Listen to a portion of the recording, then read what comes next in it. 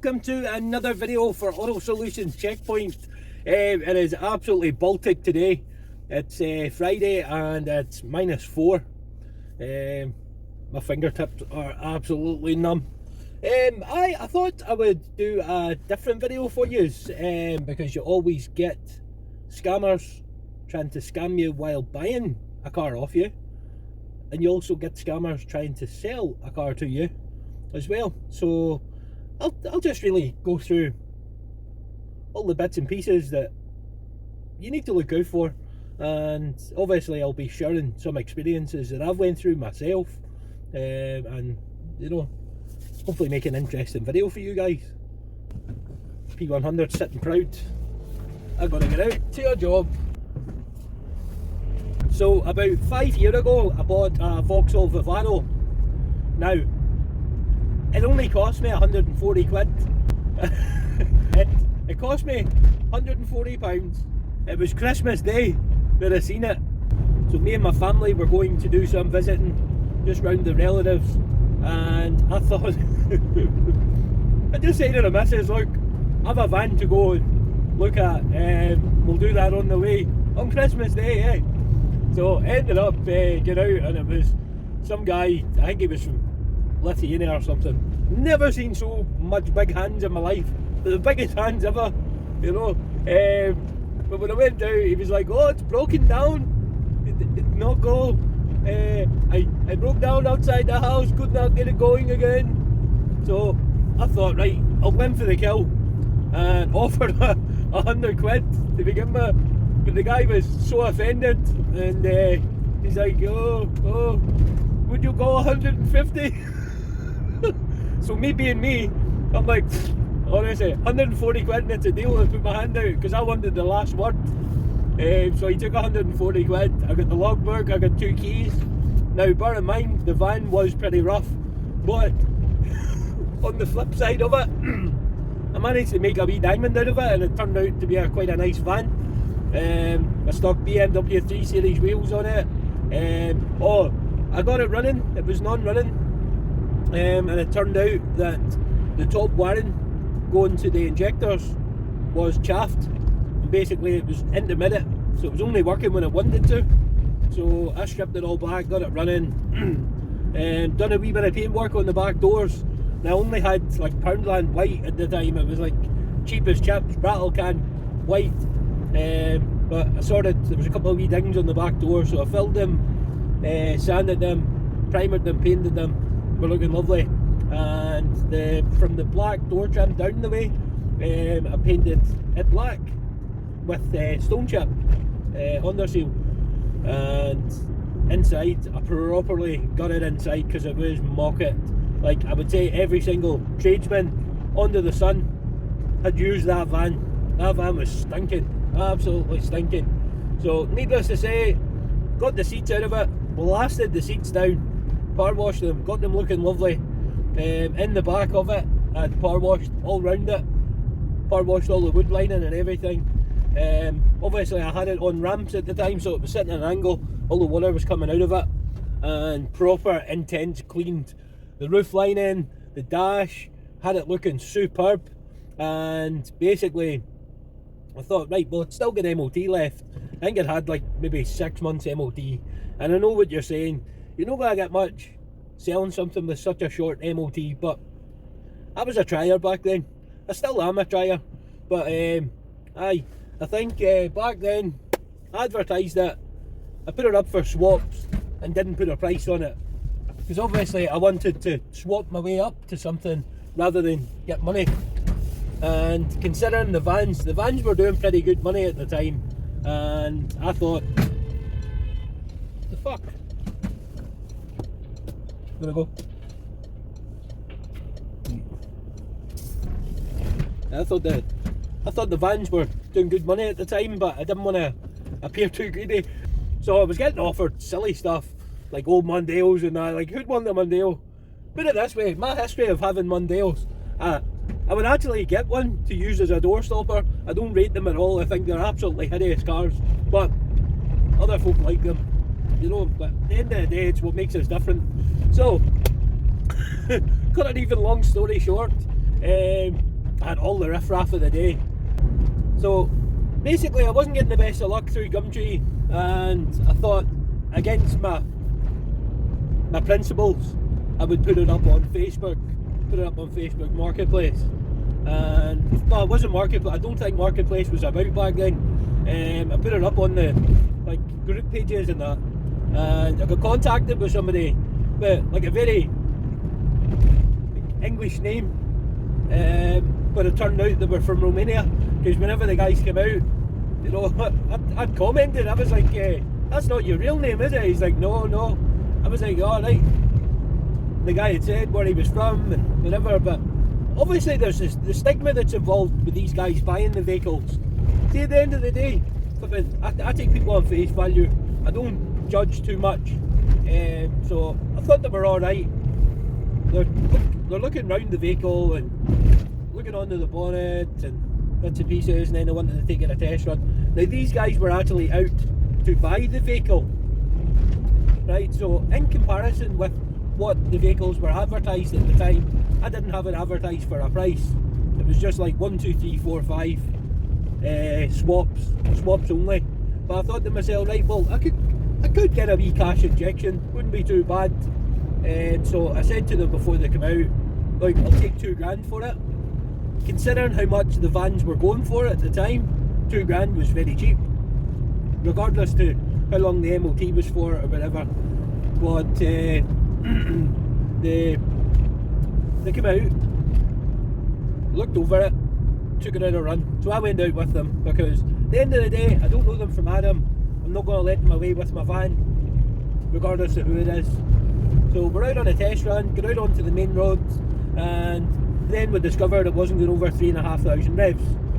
Now I had that vehicle running minted. Right, there was no reason why that shouldn't have been running right. We went down the road. Basically the guy went to do a U-turn in the middle of a busy road, stalled it, and basically while he's going on about the price. So I was getting majorly annoyed at this time, because the guy's still talking money while he hasn't decided to start the vehicle. You know, like these 10 seconds like seemed like a lifetime, because it's a busy road. So I ended up shouting at them, and I says, will you get this thing effing moved, you know, off the road? Never mind prices. And then we're driving up the road, and I said to him, look, the price is the price, that's it, you know, go and find a van cheaper than that, you know, it's kind of decent looking. Now fair enough, the van wasn't mint, but I had it looking sweet with the 3 Series alloys, and you know, it was cleaner inside, and you know, it run decent, and it wasn't abnormally high miles. You know, I think it must have been about 120 or 130,000 miles, which isn't really anything in a van. So the guy was, you could obviously tell they were annoyed, and they're like, oh, my offer, I think he was trying to get it for like 1,500 quid. In fact, I think it was less than that. He's like, oh no, it's not worth $2,000, it's not running right. I'm like, in all fairness, it's not running right now, but I worked on this thing, and I know that'll be something silly. At that time I was thinking it was something I'd done. So looking back, got it into the car park. He parked in between 2 spaces, which annoyed me, but I bit my tongue. And they're looking at it again, right? So I thought, well, there might be a chance that they will still buy it if they're still like looking at it. So by that stage it was starting to get dark. I had a phone call from my missus, and the phone was in my vehicle I was in. It was in one of the other vans I had. So I went to get the phone. Meanwhile, these guys are under the bonnet, so I didn't think anything of it, and the guy came back offering a higher price, and I think it was like 1,500, like you 1,500, and I was like, look buddy, I was like, don't insult my intelligence. At the end of the day, it's there if you want it for $2,000, but I'm holding out for a swap, because I want something else, I want something different. I'm not be going about buying cars, I want to just swap my way up to something decent. So they were like, okay. Now, obviously they contacted me through Facebook, and I thought nothing of it. They disappeared. I went to put the car back in its space, and went to turn it over, and it was just turning over and turning over and turning over as if it wasn't getting fuel or whatever. And I'm thinking, something's not right with that. But what I done was I put it in first gear and edged forward, and I got it into a proper space. So the next day it was absolutely freezing, and the next day I actually went down, stripped the full front end off it, Mr. OCD, stripped the full front end off it, looking for the problem, because I didn't really see much. There wasn't really much given away at the top. So I continued to strip the front end, having a look round all the wiring. I managed to find a few chaffed wires in the loom throughout it. Now they weren't enough to make it not run. It wasn't as bad as the ones I repaired at the top. Now, repaired them, put it all back together again, expecting some miracle. Nah, wasn't running. So I'm proper racking myself, and I hate things defeating me. So I'm looking along, and I found a plug with one wire in it. And basically,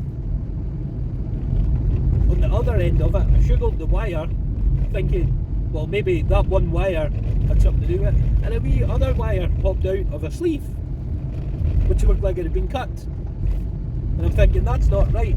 So I went to check in the plug. And basically what they'd done, they'd snipped the wire right down in so that the rubber comes up over the top of it and hides it, and they've tucked the wire in the other bit. So I don't know what they were expecting, you know, whether for me to accept their offer, and then whenever they go to start it, oh, it's not running, and then giving me a complex thinking the car's broke, and then surrendering to their stupid offer so that they can tow it away and get round the corner and fix it. You know, so it was a lesson learned. I'd stripped that full front end down, that was my time, stripping that down to try and find that, and I couldn't find it, and it turned out it was the wires for the injectors. So basically that is what was causing it. It wasn't getting fuel up in because the wire was compromised for the injectors. So instantly I'm out for blood, and I'm messaging these folk on Facebook because I didn't have like a telephone number or anything. And the bloody idiots had blocked me before I even had a chance to message them and try and hold them culpable for it. You know, I didn't have an address to go to, but I recognised what they look like. At the end of the day, see if you've got money to go and buy a car, go buy something you can afford. Don't try and fuck with other people's stuff. You know what I mean? I'm on my guard. Like, see, whenever I sell something, I'm watching people like a hawk now. So when you're selling a vehicle, just have your wits about you, because there are a lot of sinister people out there. I'm not meaning to put you off when you go to sell a car, but there is a lot of scammers out there. They wouldn't think twice of scamming you and run away with your hard-earned cash. There's been times where people have sold a car without getting the new keeper's details, just trusting in them, or you can sort it out, or whatever. Or another thing, maybe they didn't have a logbook, so they're selling it without a logbook. So there is possibilities that if it's a high volume of cash, you know, I'm not saying they would, but it's a possibility that it could happen.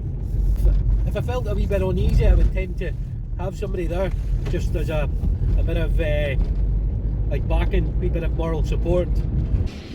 There's quite a common scenario where the person that's coming to buy your car comes out, and if they think you're not mechanically minded or whatever, they'll chance their arm. You know, they'll look over the vehicle and tell you it needs this, it needs that, and you've already had your vehicle checked over and you know that it doesn't need that. You know, I've even had folk when they're buying off me, and just say for instance I'm in my Sunday clothes, not my work clothes, and they make that assumption on me that I'm not mechanically minded because I'm just selling a car, and I've said exactly what I need to say on the ad. You don't need to butter the car up, the car is what it is.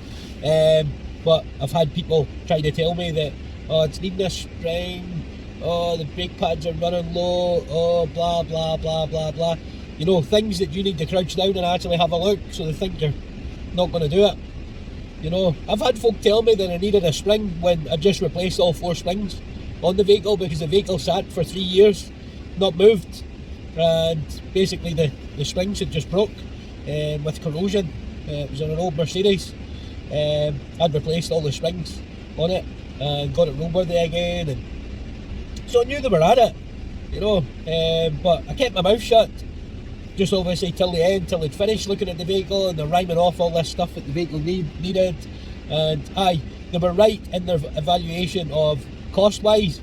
If them parts had have been broken, there would have been, like, I don't know, maybe £800 worth of parts, and then the labour on top of that. But I'd already checked the vehicle, you know, the vehicle didn't need these things.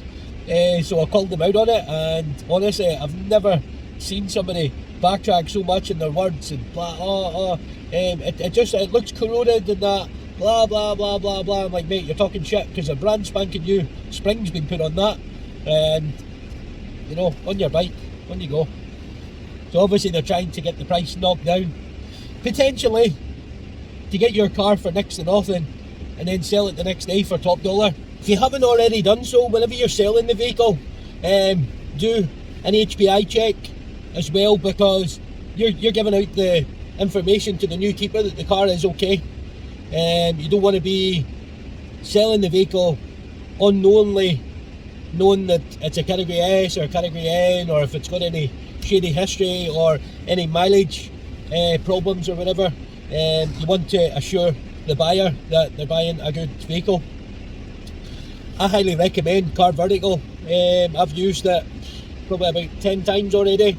I discovered it through watching another vlogger on YouTube, and honestly I was absolutely astounded, because that in particular HPI check, it checks the history like worldwide, like America, Russia, Spain, like Germany, you know, there's loads and loads of places that it checks.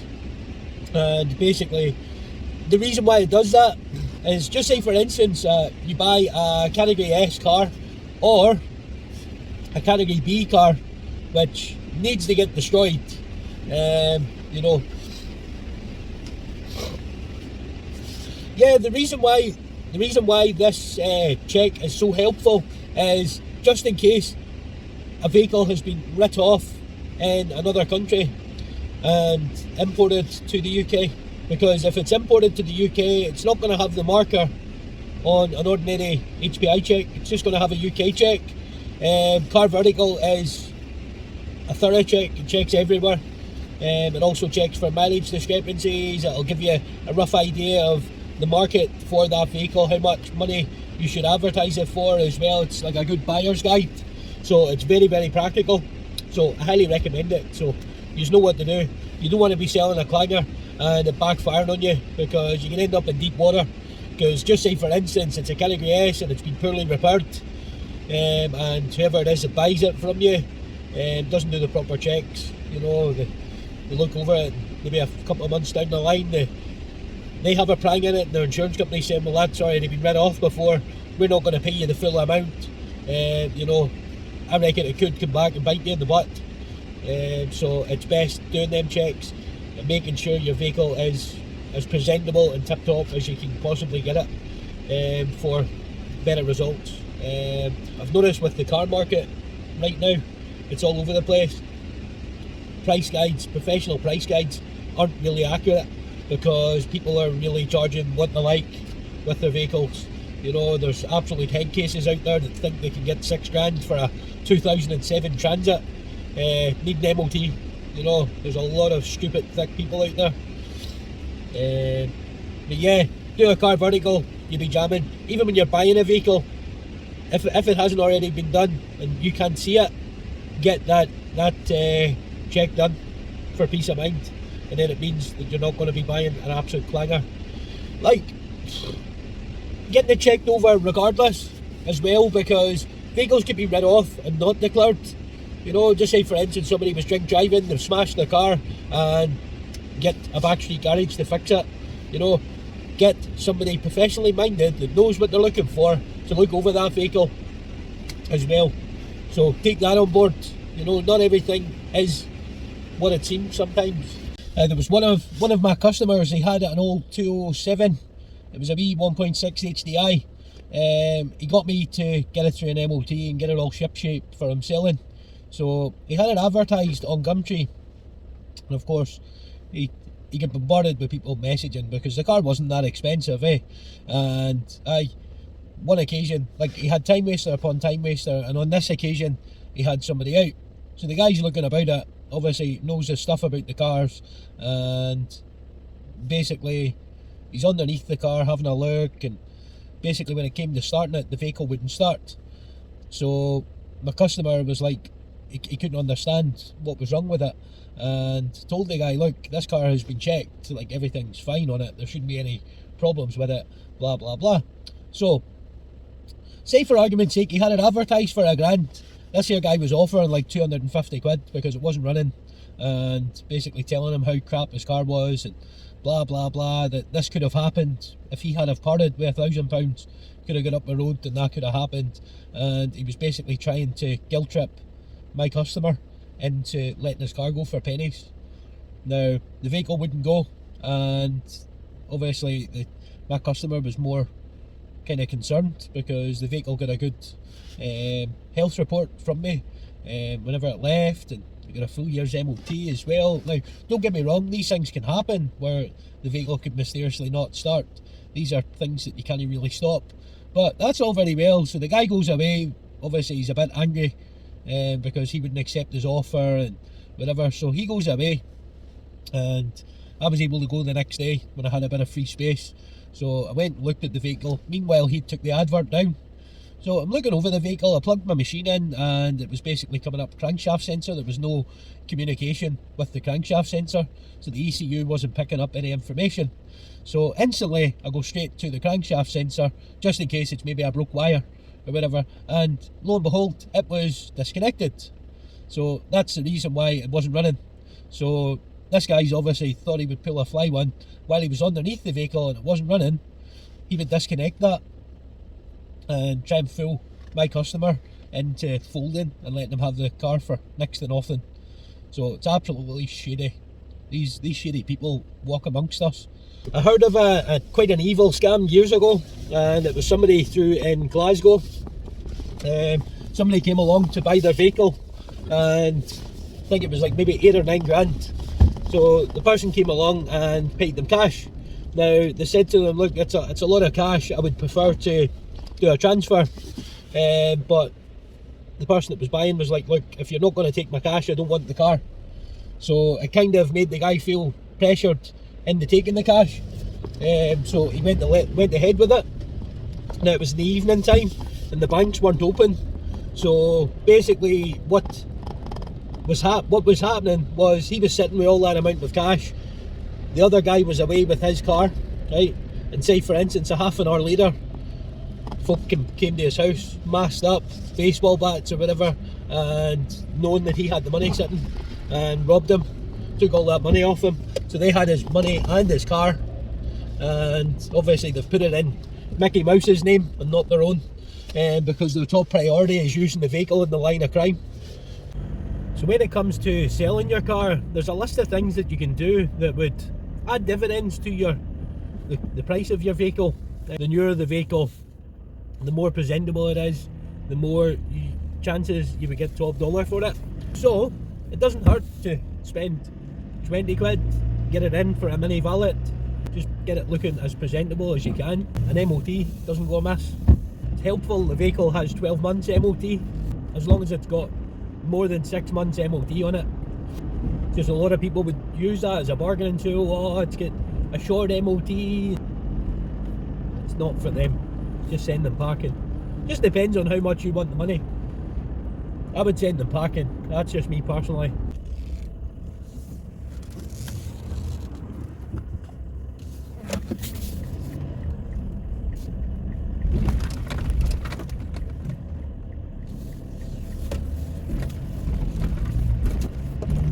Just had to do a wee bit of off-roading. They've blocked the road halfway down the road, and they haven't notified at the other end of the road that the road's closed. Absolute stupidity. So make sure your car's clean and tidy. Make sure all the tyres are good. Make sure it's nice and presentable inside and smelling good. Because there's nothing worse than somebody coming to look at your car and it reeks of fags, or, you know, it's not nice at all. And don't be expecting top dollar. See, if you're a smoker and your car stinks, you're not going to get top dollar. No danger. It's also good practice. Check round your car, get your neighbour to help you check your lights. It's good to have all the documents in hand so that the potential person buying it sees that the car's nice and genuine, clean and tidy, and there's less for them to pick up on. You know, if the paintwork's faded or little scrapes or anything like that, it's good to get things like that polished out. You know, it's definitely beneficial, and it pays dividends to the price of your vehicle in the long run. So it's your call. The more presentation that you put into your vehicle, the more chances of you selling it, and the more chances of you getting what you want for it. I'm a firm believer, if a vehicle reeks of fags, they're not getting what they want for it, depending on how much they've got it advertised, mind. If they've got it advertised cheaply, you can live with the fact that it's just a filthy smoker that's had it, and you know, you can get it deep validated, like a deep cleanse or whatever. But if they want top dollar for it, if it's not your thing, walk away. If it is, just call a spade and hit them with a low ball. See if this little dick of a dog jumps out in front of me. Happens all the time. Ah. All the time. Without fail. He always gets me. This time I stalled it. Oh, you couldn't make this shit up, guys. Oh, it's one of them border collies, wee sheepdog. It is a complete fanny of a dog. Like, it does not like vehicles of any description. I near kicked myself one time. I was coming down there in the John Deere. Obviously that thing's slow as heck, and I felt like I had Leatherface on my case. That thing was chasing me like. Oh, absolute arsehole of a dog, like. The winter's well and truly here. It's -8 now. Scenery is brawlo. I absolutely love this time of the year with the scenery, but actually being out in it, nah. I'd rather sit in the house, being nice and warm. I think the older I get, the more intolerant to the cold weather I get. To make sure that you've got the V5 present, having all the documents in place, it looks good for the car. If the car's sitting nice, clean, tidy, it's running good, it's been serviced, you've got all the paperwork sitting there, it's no reeking of fags, smells good, all the tyres are good, it's genuinely presentable. Like, if it needed polished, you get it polished. Just get it looking as sweet as a nut, and there'll be a buyer out for it. There'll be somebody out there that is wanting that in particular car. You know, I'm a firm believer, and I've mentioned before, stick to your price. If your price is fair, stick to your price. You know, you can advertise your car today and maybe not get anybody messaging you for about a week. That doesn't necessarily mean that your car is no good.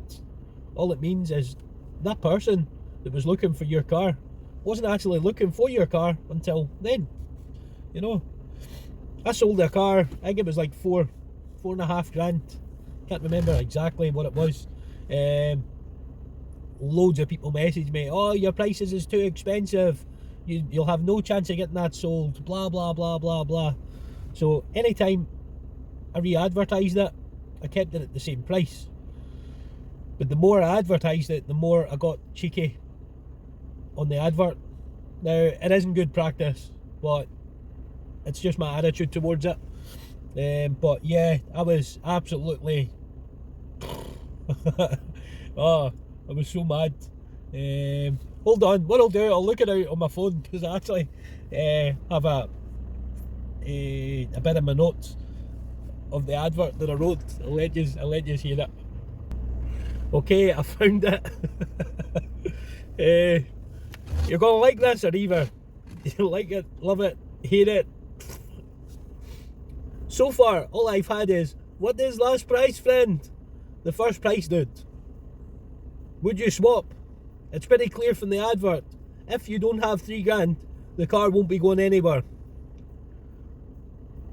Facebook armchair mechanics judging from their nan's PC in their back bedroom. Glad you can all see this sitting on your hole at your house. Can I come and get a picture of it? No, hold on. Can I come and get my picture taken beside it? Now, this here was the 53-year-old Beetle, the 1969 Beetle that I had.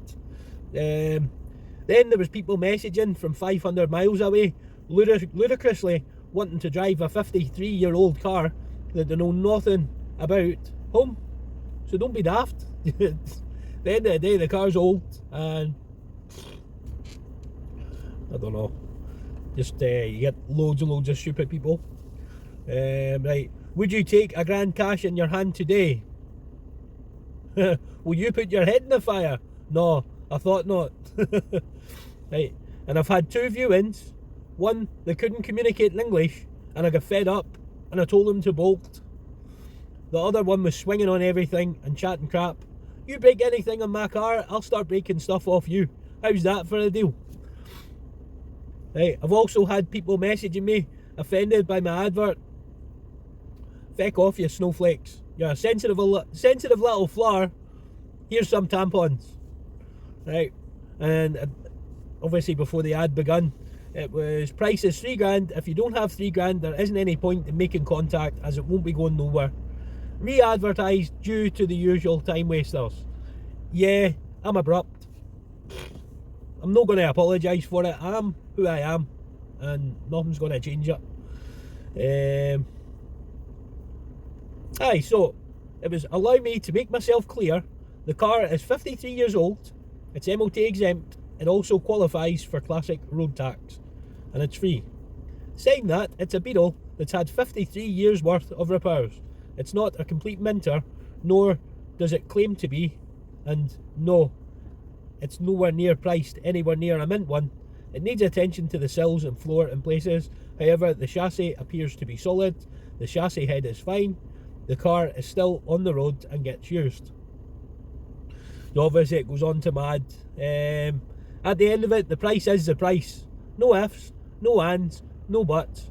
3 grand cash, no bank transfer, no checks, no crypto, and we do not accept self-esteem as payment. But yeah, that's the humorous side of things, eh? But obviously you get people that see that and they're like, boo, and they get all offended. But I've sure as hell haven't been put on this earth to tiptoe around people. See, if I offend you, deal with it. I don't care. It's your problem. You know, that's the reason why you're unhappy and I'm happy. Haha. So blow yous. Right, okay, so that was just an example of my abruptness with the ad. But that advert got it sold, you know. That advert was up one day and I had the buyer for it that was so, like, attracted to the car. They seen past the advert, they seen past my honesty, and they wanted to come and view the car, you know. And that, my friends, is very rare these days, that somebody actually reads an ad. Like, God forbid somebody reads an ad. Like, how many times have you had a message? How many times have you had a message that, you know, if they're asking you questions, it's already been put on the ad? You know, it's absolutely ludicrous. You know, it's like, actually take your time and read an ad and take it in, because it's not going to be nice if you message me asking questions. It's already been answered on the ad, because I'm just going to tell you, please consult the advert. I've had people message back cheeky with that. For the sake of taking the energy to send that message, you could have just told me what I wanted to know. Well, if you had actually took your time to read my effing ad, then you'll know. Simple as that. At the end of the day, I'm not here to mollycoddle anybody, and this is exactly what the deal is. You know, you get ones that go on to We Buy Any Car and bump in the reg and like bump in the reg of the vehicle. You get people going on to We Buy Any Car, bumping your reg in and seeing how much We Buy Any Car's offering for it. But at the end of the day, see, We Buy Any Car, they're going to offer the lowest for a quick, easy sale. You know, just because they're offering that amount doesn't mean to say that's all the car's worth. You know, so you get a lot of thick, stupid people thinking that you're going to surrender your car for pennies, all because We Buy Any Car's offering pennies for it. You know, I'm coming up to that bit with the dog again. We're going extra slow. I'll give the engine a wee rev to give him a chance.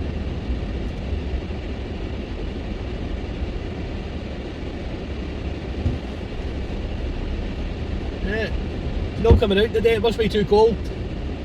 Just waiting just in case a wee fecker's round the corner or something. Absolute plum of a dog, man. Absolute plum.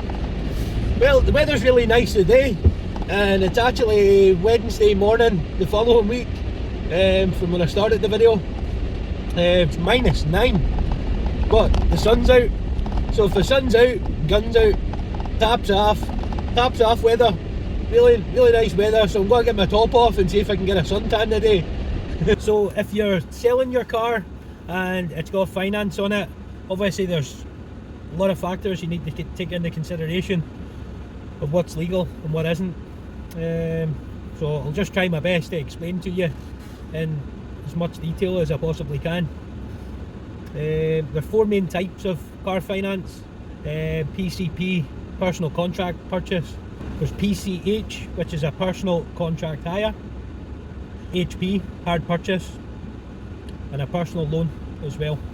There's also a logbook loan as well. You give the logbook to a company, they hold on to it. So basically, if you miss a payment, they own your vehicle. You put the vehicle down as collateral. As an overview, it's illegal to sell a vehicle that has outstanding car finance, and you'll need to settle the debt first. But if you're trading it in, most good dealers are able to handle the outstanding finance and pay it off for you as part of the transaction. So yeah, that's all pretty good. Also, if you're selling to We Buy Any Car as well, they can pay off as well. So there is companies out there that offer money for cars and pay off the outstanding finance as well. I don't know, me myself, I wouldn't get myself involved in like financing a vehicle. Prefer to buy mine outright. Not everybody's in that situation that they can do that, but put it like this: you get something on finance, and just say for argument's sake the warranty's run out, or you don't get it maintained. I knew a customer that she was constantly reminded from, she basically got the vehicle to keep it maintained. It was only a couple of years old at the time, but she had never got it serviced, and her engine eventually seized because the oil wasn't getting serviced. She was racking up all these miles, and the oil turned to treacle, turned to like jelly, absolutely minging, and eventually the engine died. And a week before the engine died, she was getting the wee oil light coming up, and when she was explaining to me what had happened, she was like, "Oh, the wee teapot light came up last week." And you're like, "What teapot light?" And she described it, and I'm like, "You're an absolute numpty." So she had a car that had, I'm trying to think, maybe 3.5 grand left to pay on, and the vehicle's as good as scrap. You know, a 2015 vehicle, which is as good as scrap, that she owes all that money on. She goes to get a replacement engine. The cheapest I've spotted online was maybe £1,800. She was quoted off a garage 2.5 grand for an engine plus the labour on top of that, so it was pushing her over 3 grand. So aye, could you imagine that? Still having to pay for your car, then pay for all that work to get done and whatever. So it pushes people into a corner where they don't know what the escape is. And aye, that's how much financing things gets a hold of you. You know, living beyond your means, as the term goes. All fur coat and no knickers springs to mind. You know, it's all about the status, the statement. You know, live within your means. Live with what you can afford. If you can't afford something, don't get it. You know, and I know people think they're backed into a corner, but really they're not. You're just needing to make cutbacks on something in order to afford something. You know, you don't need to have all the modern gizmos and gadgets and the latest iPhone and whatever. You know, it's all material stuff. You know, and at the end of the day, your car needs you just as much as you need your car. So you need to look after your car, and you know, it'll look after you. Now, on the other end of the spectrum, selling a vehicle privately with finance on it is more difficult, but it still is possible. There's companies out there, they can help you along, but it's not recommended to sell your vehicle with finance on. You know, I reckon you got yourself into that situation, you can get yourself out of it. So pay your finance. You know, at the end of the day, you made that decision, so put your big boy or big girl pants on and pay it. You know, need to be cruel to be kind, but I'm not here to tiptoe around subjects. So buying a vehicle on PCP. So PCP PCP agreements are one of the most popular ways to buy a new car. Under these finance agreements, you don't actually own the car, so you can't sell it until you've paid the outstanding finance. A PCP finance agreement is structured so that you pay a deposit first and then a monthly payment for a set length of time, usually around 2 to 4 years. Just depends on what your financial situation's like.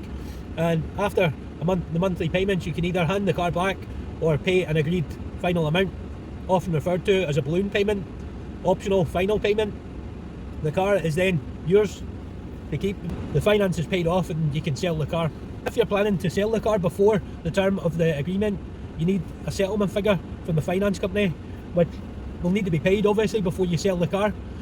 This is simple if you're trading the car against your next model, because the dealer will already be able to handle the process for you because they've done it before. To sell the car privately, you'll need to ask the finance company for a settlement figure, pay this off, and then you'll be able to sell the car. Obviously, it kind of explains itself, eh? So the PCH, which was the personal contract hire, a personal contract hire finance agreement is a personal lease. In effect, you're renting the car for a fixed period of time. Personal contract hire agreements run for a set amount of time, during which you'll pay a monthly fee, and at the end of that agreement you'll have to hand the car back, so you'll never actually own that vehicle. You can never sell a car with PCH. Many people have tried, but at the end of the day you're just a wrong'un if you do that. So no, you can't sell a car that has PCH on it. Hard purchase. Under the hire purchase agreement, you usually pay a deposit followed by monthly amounts until the debt is paid off. You don't actually own the car until you've paid the final instalment. This means that if you're still in the payment period of your car, and you want to sell the car, you need to settle the finance first. Ask the finance company for a settlement figure. So it's a bit like PCP, it's just a slightly different structure. You pay this amount, then you'll own the car. You'll be able to do whatever you want with it. Personal loan does allow you to sell the car. That's because the loan agreement is between you and the finance company or bank. The loan's not secured against the value of the car. However, if you sell the car, you still owe what the remains of the loan is, and you'll need to keep up the payments. You can, of course, pay off any remaining amounts owed using the proceeds of the sale. There's quite a lot of people who don't, and they get themselves in deep water, but at the end of the day you can't help people, eh? And then there's also a logbook loan. So you're taking a loan out against you're using your car as collateral, right? So just say for instance your car's worth 10 grand or whatever, and you're wanting a 7 grand loan, right? They're taking your car as collateral for it. So it means if you miss payments or whatever, they can take your car, and they're legally obliged to. Then on the other hand, say if you go to sell that car, right, the logbook loan still counts. So just say for instance Joe Bloggs from the next town loves your car, buys your car, thinks it's the best thing since sliced bread. The people that have the previous keeper have the logbook loan out with, it still stands. So they could come and take the car off that fella, and that fella hasn't got a leg to stand on because it's property of the logbook loan people. So aye, it's like a personal loan, but it's a wee bit more invasive, I think. So we'll just go for an overall summary. Remember, it's illegal to sell a car with outstanding finance, but in the UK the regulations are allowed for anyone to end their finance agreement early. All you need to do is ask for a settlement figure. The finance company will then calculate what you still owe, including any early termination fees, and provide you with a date in which the payment needs to be paid by. Once this is done, you can sell your car. But even selling cars as well, to be certain, you are better off doing the history check. I know I've said this before and I'll keep saying it again. You know, you don't want to end up in deep water. Just say, for argument's sake, the vehicle that you bought was a category write-off, you know, and you didn't know about it. Well, if you go to sell it, at the end of the day, it's only you and the person that bought the car. They're taking your word for it. Oh, it's never been in an accident or whatever, and you could have genuinely meant, well, it hasn't been in an accident. But when the history check comes up that it has been in an accident, you're held liable even though you didn't know. You know, so it's always best to do your wee check on the vehicle so that you have that report handy when you go to sell the vehicle. As I said before, all the paperwork, if you've got all the paperwork you need plus an HPI check, it's a big advantage, and it gives the buyer peace of mind when it comes to buying the vehicle off you. So I've noticed over the years and years that I've been buying and selling cars, the amount of scammers out there is unreal. Websites like eBay, Gumtree, Marketplace as well on Facebook, it makes things simple for selling cars, and that's why many drivers choose to sell their vehicle online rather than heading to a dealer and placing an advert in the newspaper or whatever. Advertising in a newspaper is a thing of the past. I can always remember buying the wee yellow paper, and there was a blue paper as well. The yellow paper was on a Wednesday, the blue paper was on a Saturday, and the excitement when these here two papers come out, you know, just to see what bargains you could pick up.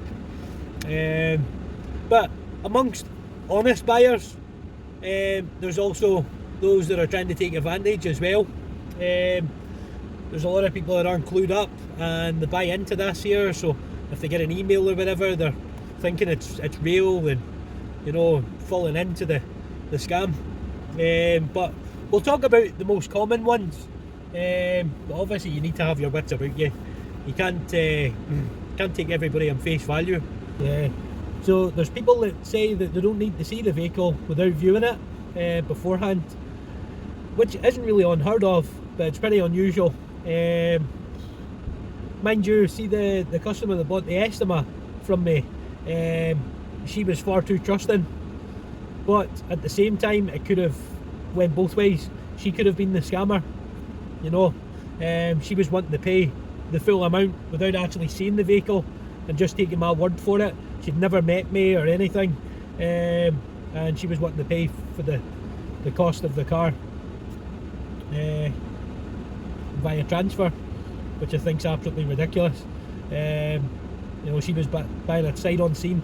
But what I did, she wanted it delivered, so what I did was I took a delivery fee off her, told her obviously it's a deposit which will cover my delivery, so it means if she doesn't want the vehicle, she doesn't need to buy the vehicle as long as my transportation is covered. So that's what I done, you know. But it could have been the other way about, like she didn't know me, somebody turning around and saying, well, look, I'm going to pay you thousands of pounds, you know, without seeing the car.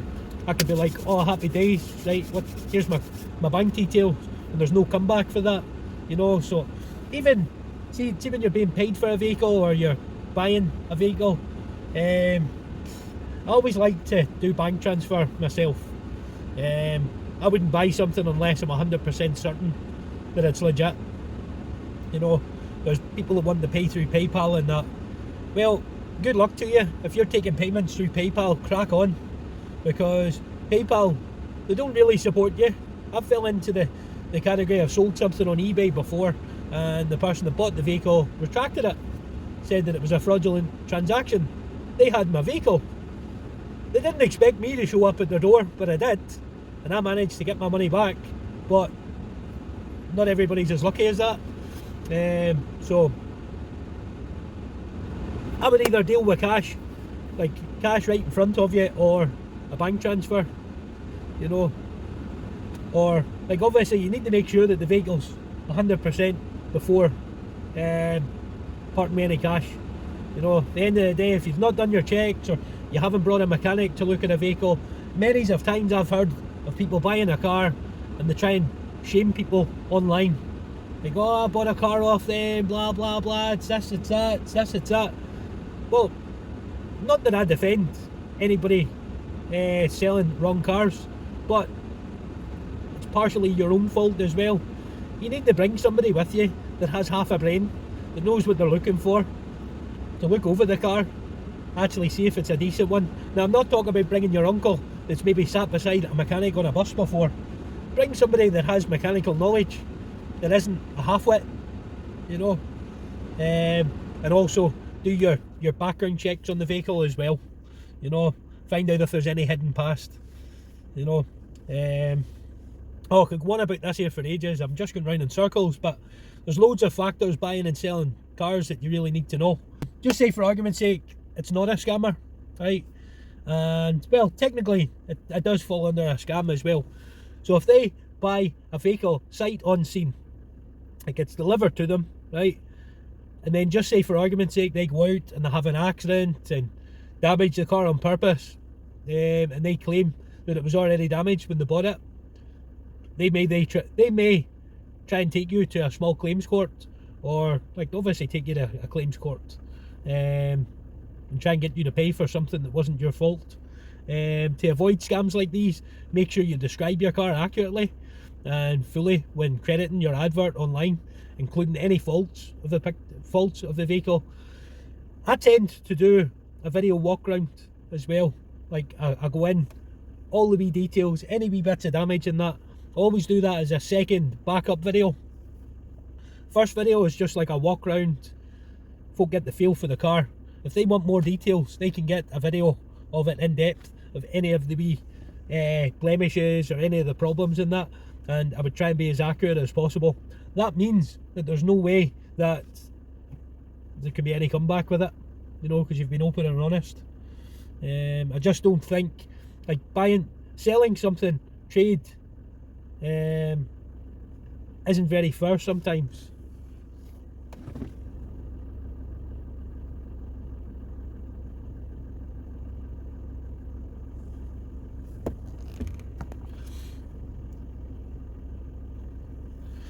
So if somebody's going to buy a car sight unseen, at the end of the day it's their own problem. I would try and get them to sign something, you know. I would try and get them to, like, some kind of acknowledgement, like a sold as seen receipt, before the sale's agreed.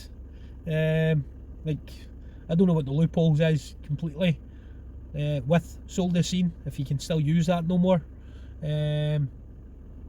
Then there's other ones that are, oh, I'm currently abroad, can I pay online? And some fraudsters will try to buy and pay for your car using an online payment methods, such as PayPal. They may even try and tell you that they work for a large company, like a well-known company, hoping that will make them look more trustworthy. Keep in mind that most fraudsters will often ask very legitimate questions regarding the vehicle and its condition, so they sound more believable. Because at the end of the day, they're wanting your money, so they'll try anything, they'll tell you anything, you know. However, when it comes to a payment, shortly after you close the deal, you'll receive a fake receipt masked as a genuine email from the online payment company, but in reality, no money's been sent. You know, the scammer will then ask you to ship the car or to organise a freight company to pick up the vehicle for them. Another similar scam is when a buyer claimed to have paid, but the online payment service provider is holding the money until you ship the car. Be wary of these email receipts before you part with your car.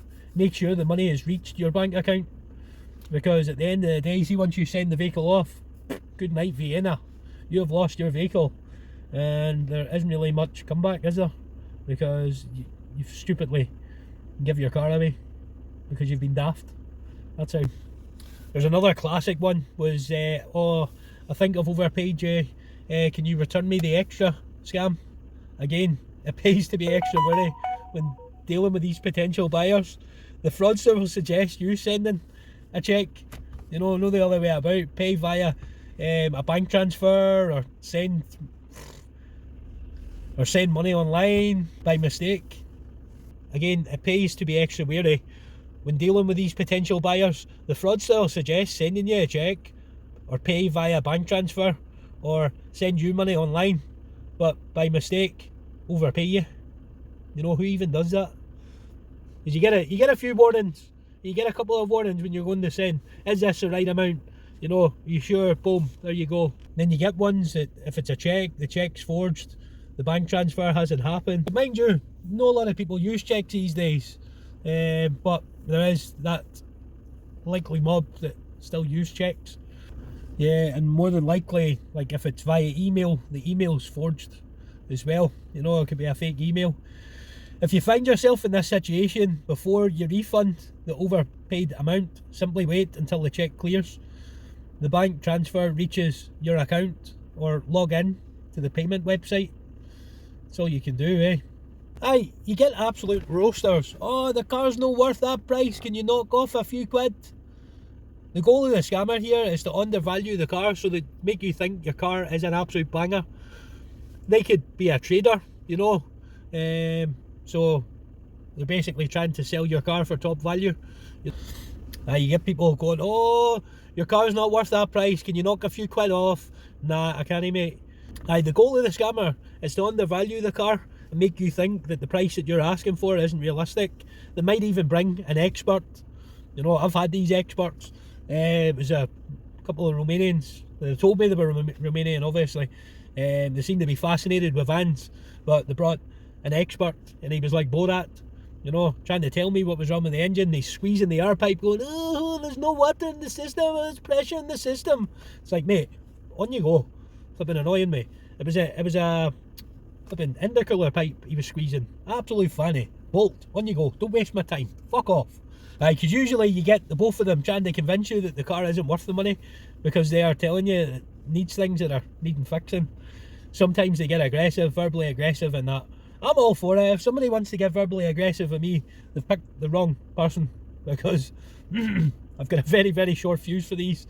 You know, all they're there to do is to put the car back on the market and sell it for much more. You can outsmart the fraudsters by having the car inspected beforehand, as I've said previously.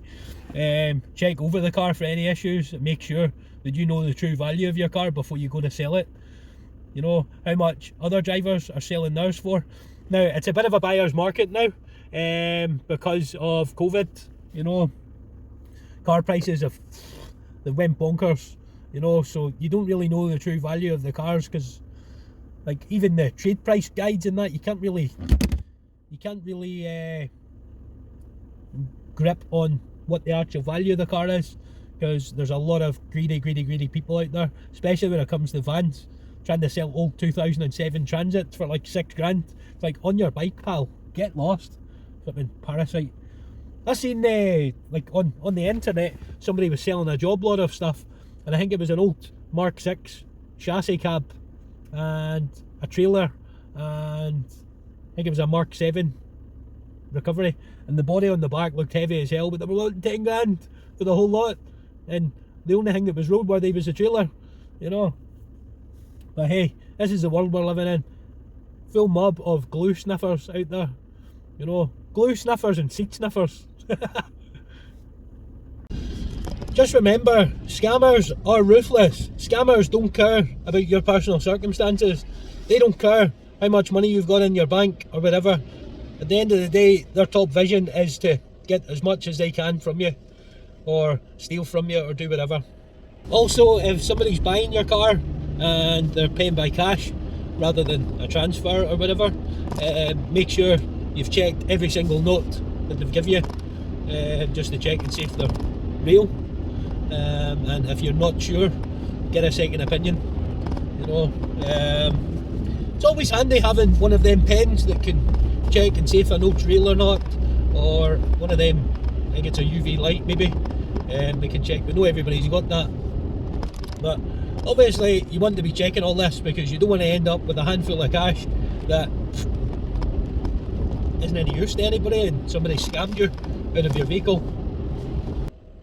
So you always just got to be one step ahead of these people and keep yourself safe. So we've come to the end of another video. It's the 16th of December now, and it's been snowing overnight, so it's been absolutely manic overnight with recoveries and keeping people back on the road. This video actually goes out tonight, and it's a collaboration of videos over the past couple of weeks, so I had to piece it all together just to make a video for you. So it's been like a complete jigsaw, trying to get everything where it should be going. So it's a bit jumbled up, but it'll make it interesting content for you, and I hope you have enjoyed it. If you haven't already done so, please consider thumping the subscribe button below, because your help and your involvement helps my channel get bigger. So even if it's a wee comment down below, or if you like my video, please do, and I'll see you in the next video. I'm not too sure this will be the last video before Christmas, but if it is, you guys have an absolute smashing Christmas and New Year, and stay safe and enjoy spending time with your families or whatever it is you get up to this time of year. You guys take care. 1010 over and out.